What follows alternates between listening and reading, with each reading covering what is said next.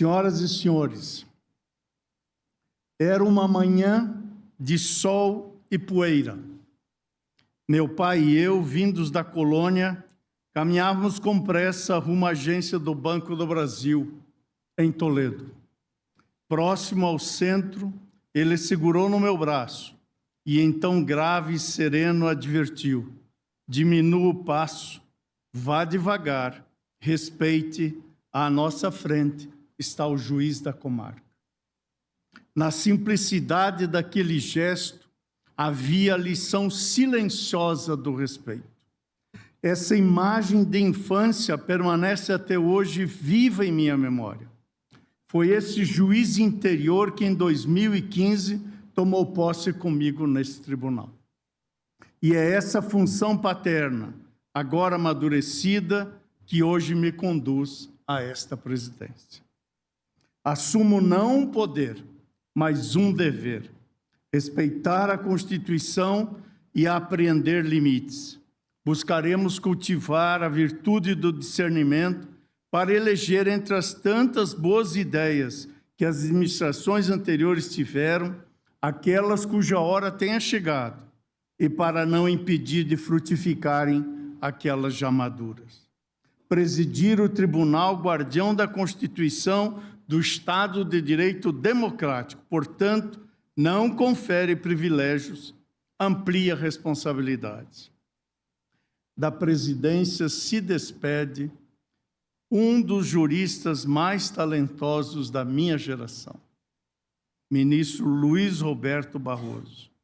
Ao amigo fraterno, desejo para o bem do país e para o bem de todos nós, que conserve sempre a vitalidade intelectual, a inspiração que lhe é própria e a juventude de espírito que lhe distingue. Terei ao meu lado o vice-presidente Alexandre Moraes, magistrado que engrandece esse tribunal e que aqui chegou com uma carreira consolidada como jurista e professor de direito constitucional. É um amigo e um juiz feito fortaleza. Sua Excelência, como integrante desse tribunal, merece nossa saudação e nossa solidariedade, e sempre a receberá. Assim...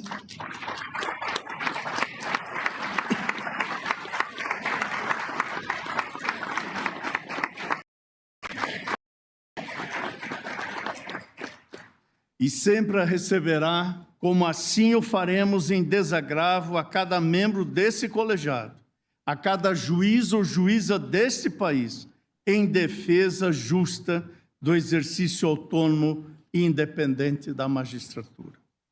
Estou certo de que o tribunal que integro e que passo a presidir não falta à Constituição, nem deslustra sua tradição. Com serenidade, empenhar-me-ei na preservação dos valores que moldam a identidade do Supremo Tribunal Federal.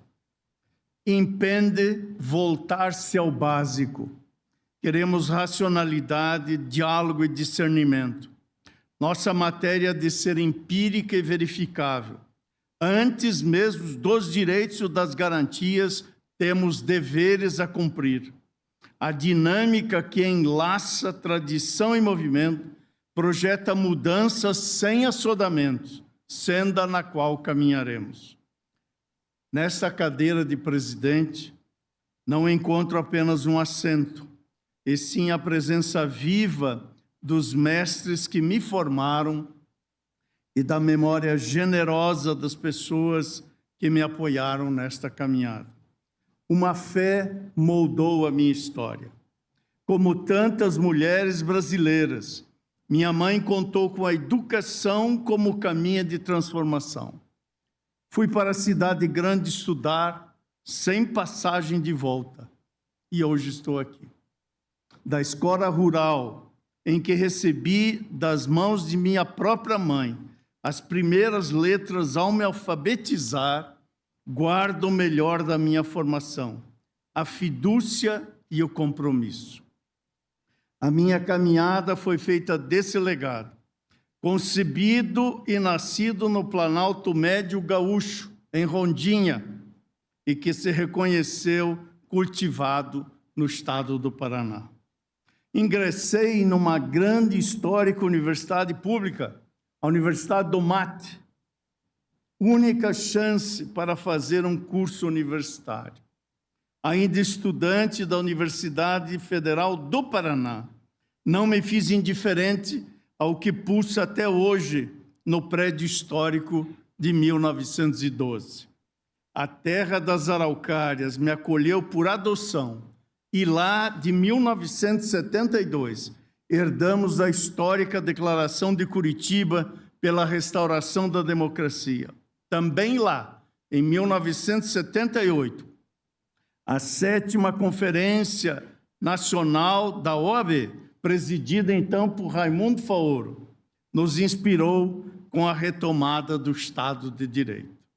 A uri das salas de aula, que a pátria deve ser uma mãe simbólica que tece para seus filhos um laço de identidade coletiva, sem exclusões nem discriminações.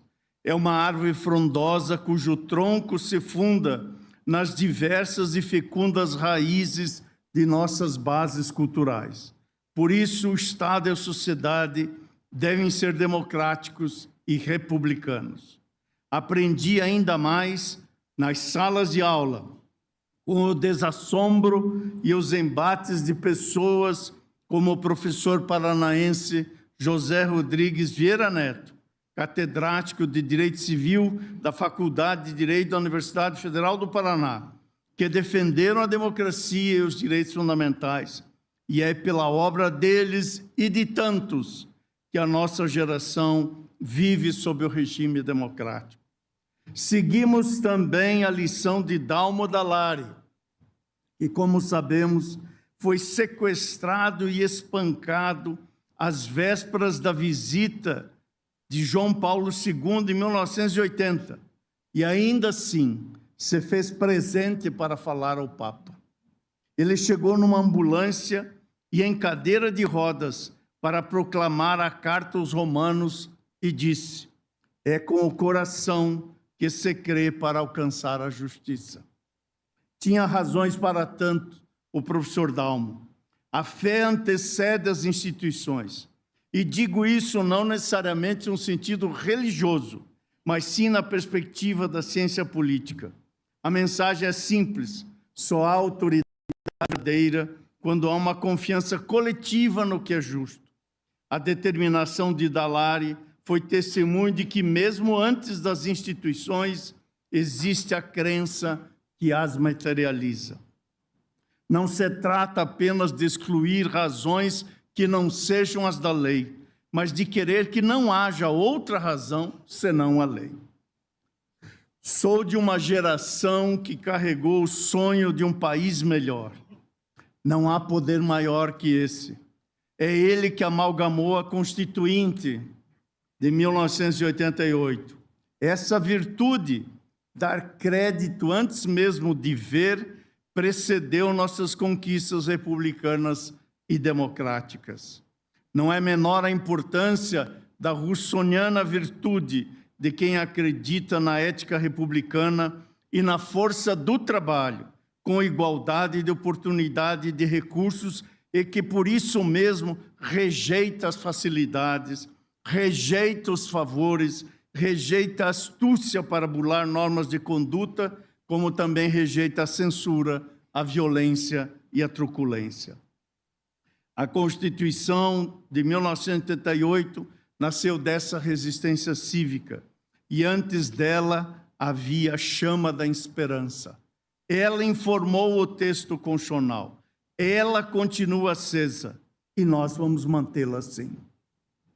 Senhoras e senhores, renovo hoje nosso juramento e assumo a presidência com esse mesmo alento, com respeito e deferência ao dissenso e à diferença. Realçando a colegialidade, aqui venho a fim de fomentar estabilidade institucional. O país precisa de previsibilidade nas relações jurídicas e confiança entre os poderes. O tribunal tem o dever de garantir a ordem constitucional com equilíbrio. Hoje é o dia de reafirmar compromissos. É mandatório respeitar as leis e as instituições. Contudo, é verdade que as pessoas precisam querer e ter razões para confiar no sistema de justiça. Impende ter confiança e consciência nas condições históricas que o presente traduz. Por isso, é tempo de realimentar os elementos fundantes da estrutura do Estado brasileiro e, com isso, reforçar os princípios que informam a democracia na República. O nosso compromisso é com a Constituição. E me permito repetir: ao direito o que é do direito, à política o que é da política. A espacialidade da política é delimitada pela Constituição. A separação dos poderes não autoriza nenhum deles a atuar segundo objetivos que se distanciem do bem comum. O genuíno Estado de Direito conduz à democracia, o governo das leis, e não o governo da violência. Eis o imperativo democrático capaz de zurzir o autoritarismo. Sofre o judiciário os efeitos reflexos do cenário mundial de disputas pela hegemonia global entre nações e corporações econômicas com largos efeitos sobre nosso país. O Brasil, assim como grande parte das nações, sabe a uma conjuntura econômica desafiadora, marcada por variáveis interdependentes que extrapolam o campo estritamente econômico e repercutem também nas esferas sociais, políticas e judiciais. Jamais deixaremos de dialogar com os poderes e com a sociedade, sem exclusões nem discriminações. Constituirá diretamente a atribuição desta presidência a condução da conversação e do relacionamento institucional, especialmente os diálogos republicanos entre os poderes. Nada obstante, eu farei em caráter integrado e participativo. Sem embargo, dessa disposição que será integral, a nossa matéria-prima está somente no sistema de justiça. Nossas diretrizes, por isso mesmo, vertem preocupações e estratégias operacionais específicas, a exemplo da inovação tecnológica, da inclusão e da transparência institucional, e com o fortalecimento da justiça, da confiança da população no judiciário. Assumo aqui o compromisso de uma gestão austera no uso dos recursos públicos. A nossa diretriz será a austeridade. Procuraremos também distinguir o necessário do contingente. Contudo, se se fizer do contingente aquilo que se impõe como necessário, não hesitaremos em fazer a travessia das verdades dos fatos às verdades da razão. E em momento algum titubearemos no controle de constitucionalidade de lei ou emenda que afronte a Constituição, os direitos fundamentais e a ordem democrática. Para fazer a parte que nos toca, defendemos desde já um plano de ação para o Poder Judiciário. E, para tanto, cumpre reconhecer que muitos são os desafios que estão presentes.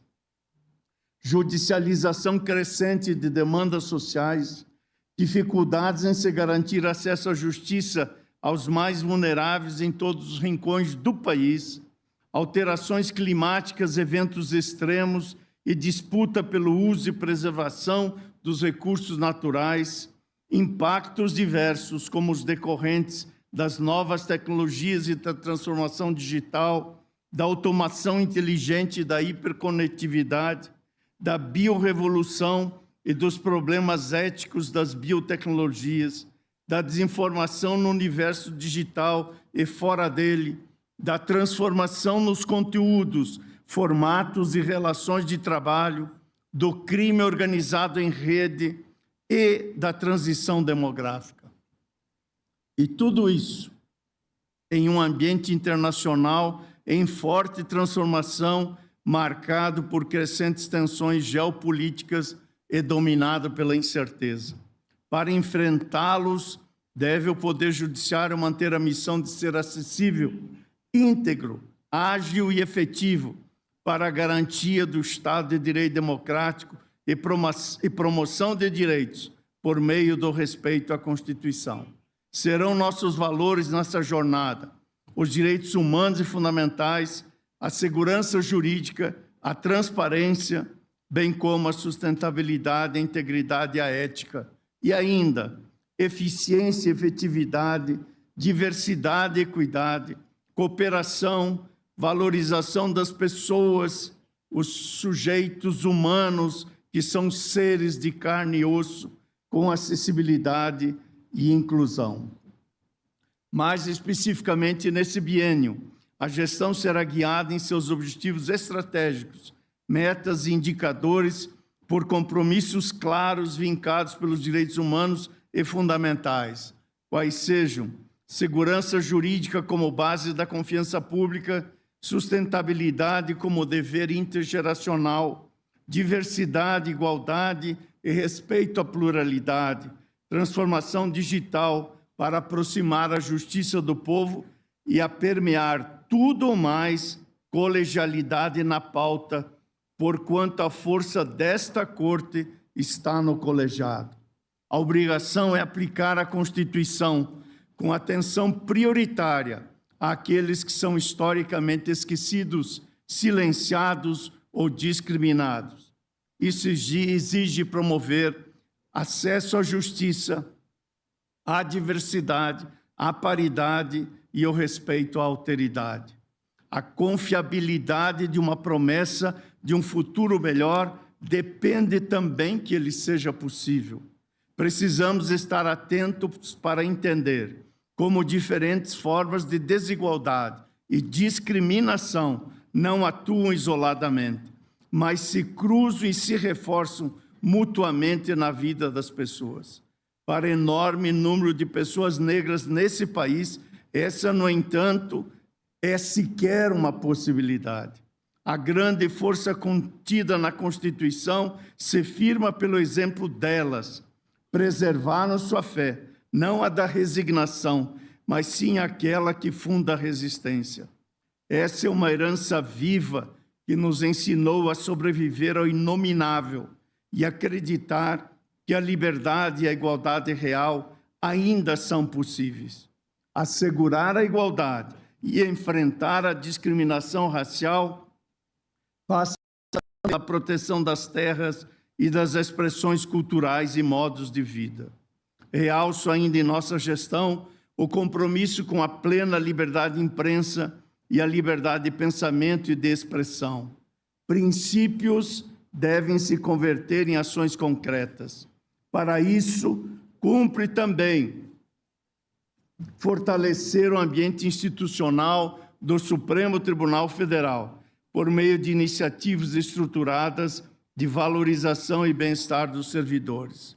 Introduziremos novos mecanismos aptos a propiciarem mais estreito diálogo entre conhecimento e experiência, entre teoria e prática, pavimentando caminhos entre o Poder Judiciário e a academia. Para tanto, endereçaremos nossos esforços na instalação de um centro de estudos constitucionais. Desde já, com essa finalidade, a presidência passa a contar com uma específica assessoria acadêmica. Também fomentaremos a institucionalização digital da transparência como plataforma de acesso a dados, antes de levarmos a efeito e, ao mesmo tempo, levando a efeito projetos voltados para as relações institucionais com atenção prioritária aos países da América Latina. Publicidade e acessibilidade à informação precisam andar juntas.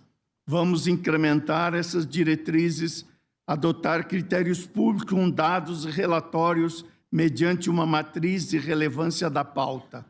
A pauta é da instituição e não apenas da presidência. Desse modo, a presidência se orientará por uma agenda de julgamentos construída de forma colegiada, que privilegia as ações em que a Corte reafirme seu compromisso com os direitos humanos e fundamentais. Nossa comunicação, prosseguindo os passos da gestão que tenho a honra de suceder, se dará por meio da linguagem cidadã, promovendo transparência, proximidade com a sociedade e credibilidade institucional, valendo-nos das ferramentas que colorem as possibilidades criativas da arte e da cultura. Para tanto, criaremos uma rede nacional de comunicação do Poder Judiciário. Há também para todo o Poder Judiciário brasileiro um grave desafio. Cumpre vigiar o cupim da República, como denominou Ulisses Guimarães, porquanto devem os gestores e titulares das funções públicas em geral, do Judiciário, do Legislativo e do Executivo, portanto, de todos os poderes, resistir aos apelos de Circe, que mesmeriza e distorce o espírito republicano. A resposta à corrupção deve ser firme, constante e institucional. O judiciário não deve cruzar os braços diante da improbidade, como procurei fazer em todas as investigações que passaram pelo meu gabinete. Os procedimentos foram dentro das normas legais, com atenção ao devido processo, ampla defesa e ao contraditório. Ninguém está acima das instituições, sejam juízes, sejam parlamentares, sejam gestores públicos. Elas são imprescindíveis e com elas todos nós e todos os poderes somos melhores. O Brasil é plural. Não devemos também ser indiferentes. O judiciário não deve ser indiferente às legítimas aspirações dos setores produtivos, motores fortes para o desenvolvimento econômico e social do país. É também nosso encargo observar e fazer cumprir os mandamentos constitucionais da ordem econômica fundada na valorização do trabalho humano decente e na livre iniciativa, a fim de assegurar a existência digna conforme os ditames da justiça social. Vivemos tempos de novos desafios para a institucionalidade. A manipulação da informação, frequentemente potencializada nas plataformas digitais, e a desinformação testam as nossas instituições. A revolução digital não é um fim mesmo. Ela deve estar a serviço da cidadania e da inclusão. Quanto mais digital, acessível e transparente for, mais se aproximará o judiciário do povo, ao mesmo tempo que reduz barreiras e amplia a compreensão pública sobre sua atuação. Aprofundaremos o objetivo de estruturar a transformação digital do judiciário, a partir da governança de tecnologia e foco nos usuários dos serviços públicos digitais. Praticaremos a transparência ativa com dados estruturados e acessíveis. Também é hora de ouvir mais. Grupos vulneráveis não podem ser ignorados. A escuta é um dever da justiça e com a garantia do espaço de autodeterminação das origens plurais das pessoas, povos e comunidades em igual dignidade. O século XXI amanheceu doente. A natureza nos interpela e reclama seus direitos. A justiça socioambiental tem um grande débito a saldar com a crise climática, pois a Constituição de 88 consagrou a proteção ecológica como encargo do Estado e da sociedade. Por isso, não há justiça sem compromisso ambiental. As comunidades indígenas são endereçadas às proteções constitucionais e seus direitos originários às terras tradicionais. E no âmbito e no limite de nossas atribuições, estaremos atentos aos correlatos deveres de um tribunal constitucional nesse tema, a fim de que a Constituição seja efetivada para assegurar esse direito que compreende respeito integral às suas culturas, línguas e crenças e formas próprias de organização. Diversos objetivos estratégicos também nos guiarão no Conselho Nacional de Justiça. Aqui também voltaremos ao básico. Vamos realçar o perfil de controle administrativo do Conselho Nacional de Justiça e seu propósito de promover políticas públicas judiciárias à luz de sua atividade e fim. A partir de uma institucionalidade responsável, insere-se o CNJ como órgão central na atuação administrativa e financeira do Poder Judiciário, competindo-lhe prevenir, detectar e corrigir condutas potencialmente desviantes e desenvolver mecanismos de atenção aos riscos de integridade, bem como atuar com transparência sobremaneira ativa na interação entre os diversos ramos do setor público e privado. Dadas essas premissas, cumpre avançar e dar um passo a mais. Porquanto se torna oportuna a criação de um observatório de integridade e transparência,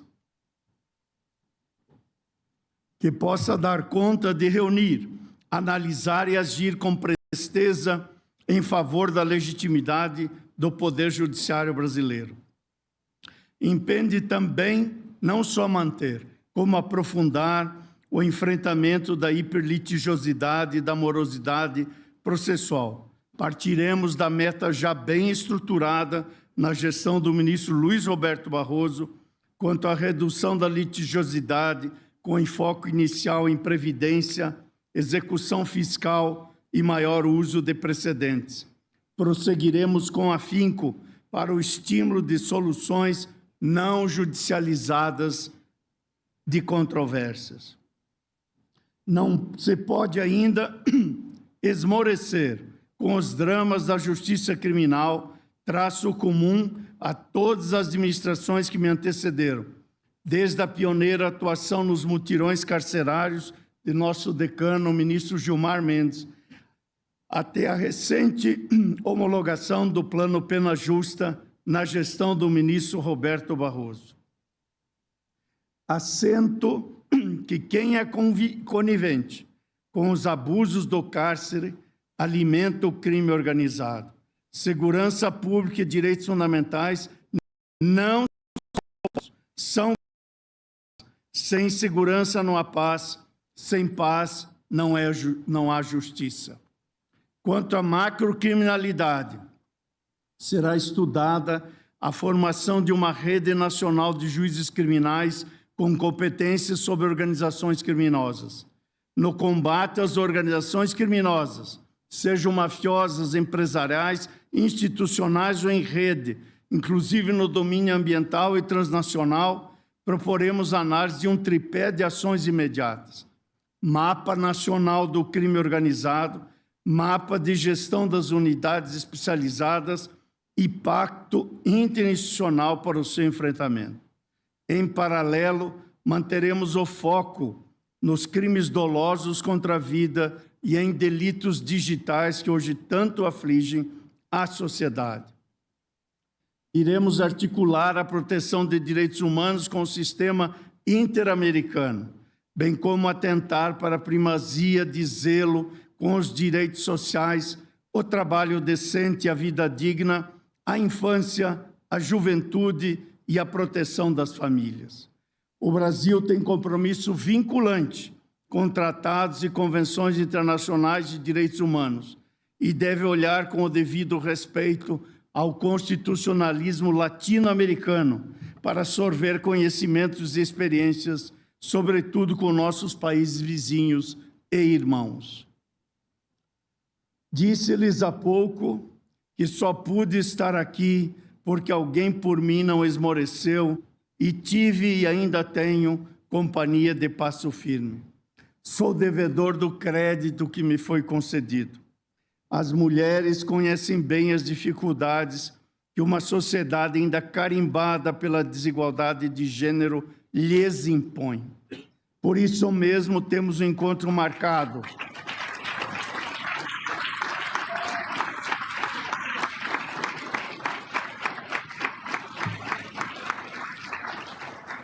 Minhas cordas vocais também agradecem a pausa dos aplausos.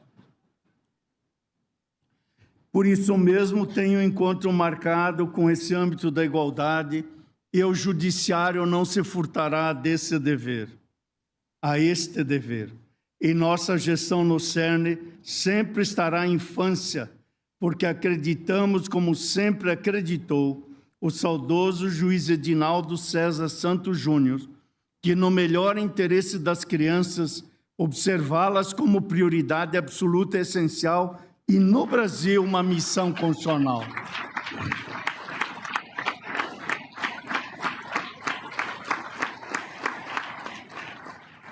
Devemos colocar a infância e a juventude, a proteção dos idosos e da mulher contra as inúmeras formas de violência no alto das prioridades do sistema de justiça e na promoção das políticas públicas judiciárias. Enfrentar o feminicídio deve significar que estaremos pelas famílias e pelas mulheres em toda parte e por todas elas. Também por isso, a atuação será por diretrizes judiciárias em prol do direito pleno à saúde.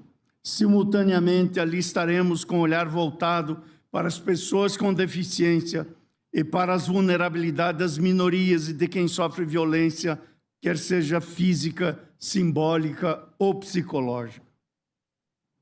Senhoras e senhores, registro aqui a minha especial saudação à magistratura brasileira. Conte com esse Supremo Tribunal Federal para garantir a independência e autonomia do Poder Judiciário. Uma sociedade que não tem justiça independente e autônoma vive do arbítrio, cultiva a hipocrisia e perde a igualdade.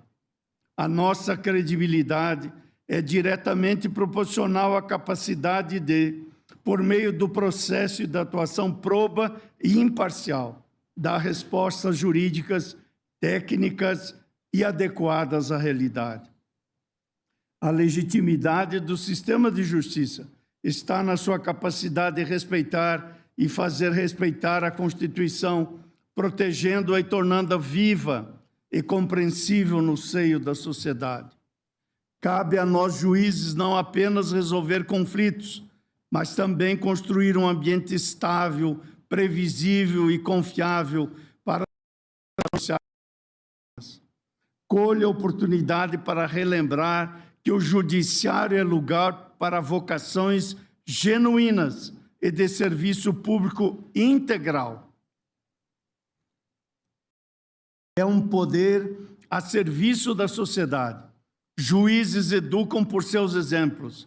Servidores públicos que somos, temos direito a um padrão remuneratório digno, que ao mesmo tempo assegure a independência funcional e não perpetue privilégios, nem deixe diluir seu senso de propósito. Transparência é a chave quanto às modalidades de remuneração. Nosso respeito intransigente à dignidade da carreira irá ser intransigente na mesma medida para conter abusos. Responder assim ao chamado da magistratura é abraçar um ofício que exige tanto conhecimento técnico e equilíbrio quanto firmeza moral, espírito público e profundo compromisso com os princípios mais elevados da moralidade de uma sociedade justa, livre e solidária. Todo juiz brasileiro é um magistrado constitucional e veste com independência a toga do sistema interamericano de direitos humanos e fundamentais. A independência judicial não é um privilégio, e sim uma condição republicana. Um judiciário submisso, seja quem for, mesmo que seja o populismo, perde sua credibilidade. A prestação jurisdicional não é um espetáculo, exige contenção. Senhoras e senhores, rendo aqui minha homenagem aos que vieram antes, familiares, mestres, e aqui nesse tribunal, especialmente ao saudoso ministro Teori Zavascki.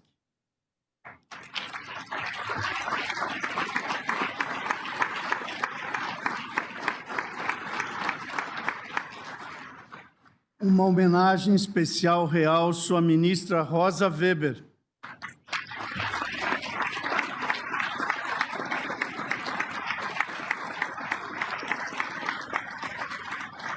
Nome que se inscreveu na história como escudo vigilante erguido na salvaguarda dessa instituição.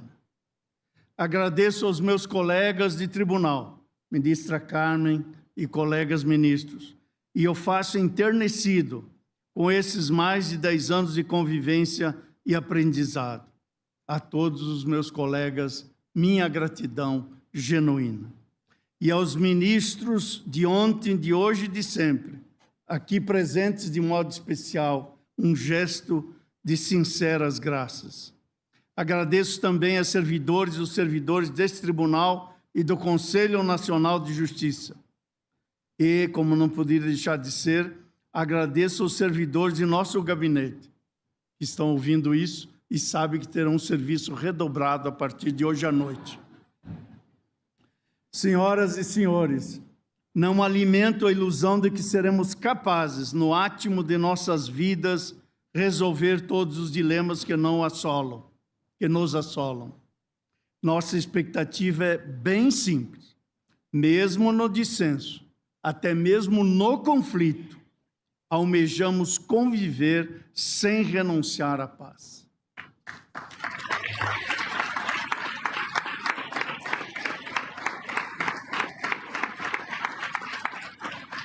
É a democracia que materializa esse ideal. Sem embargo, é a institucionalidade e a justiça que o tornam possível. Era o lema de Dalmo Dallari na Comissão de Justiça e Paz. Lá se dizia e se diz: se queres a paz, trabalha pela justiça. A justiça no Brasil hoje, somos mais de 18 mil juízes, selecionados em sua imensa maioria por rígidas provas de concurso público. Por influência da família ou por determinação própria, são brasileiras e brasileiros que acreditaram nos estudos e sonharam em contribuir com o futuro do país. Cada uma dessas pessoas guarda em seu percurso a memória de suas raízes, honra a ancestralidade e constrói o seu projeto de vida e se autodetermina, entregando-se a esse chamado da justiça. Creia, onde estiver no Brasil, um juiz ou uma juíza, considere-me ali, ao seu lado, em defesa de suas garantias e funções. Não estarão só. Assumo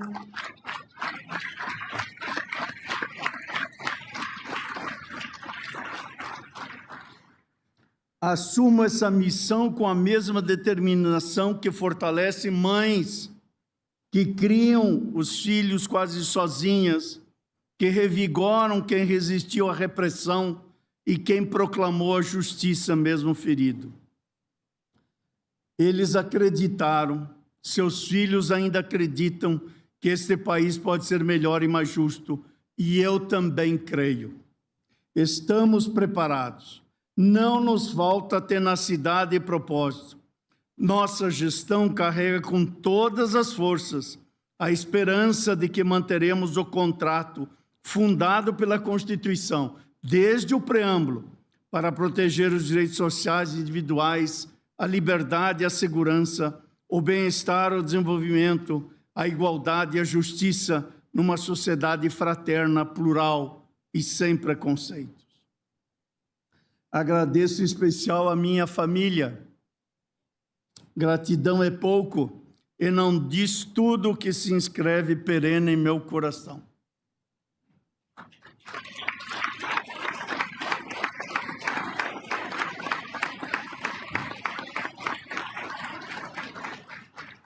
Aqui vos fala o fruto amoroso de vosso ventre, ser vivente que se verteu em pessoa e sujeito pelas três forças femininas de nossa casa. a mãe e suas 2 filhas. Essas mulheres em família não apenas construíram aos seus companheiros uma casa e um abrigo, mas deram a todos nós as chaves para abrir o futuro que se embala em genros, netas e neto. Manterei comigo nesta gestão a imagem nítida daquele juiz que vi na minha infância e que habita em mim, tendo como paradigma o encontro naquela manhã de sol e poeira em Toledo, no oeste do Paraná. Bem-haja a magistratura que merece esse respeito. Bem-haja quem ensina por suas ações e comportamentos. Tal como a família na casa comum, para lembrar Papa Francisco. O país anseia por um futuro em que se possa respirar mais respeito e mais justiça, mais fraternidade e mais solidariedade. A nação brasileira merece mais e melhor. E o judiciário, tal como o filho que nunca foge à luta, se alça em sua missão institucional sem dela se desviar. O presente nos interpela, o amanhã nos convoca. Para isso, aqui estamos. Muito obrigado.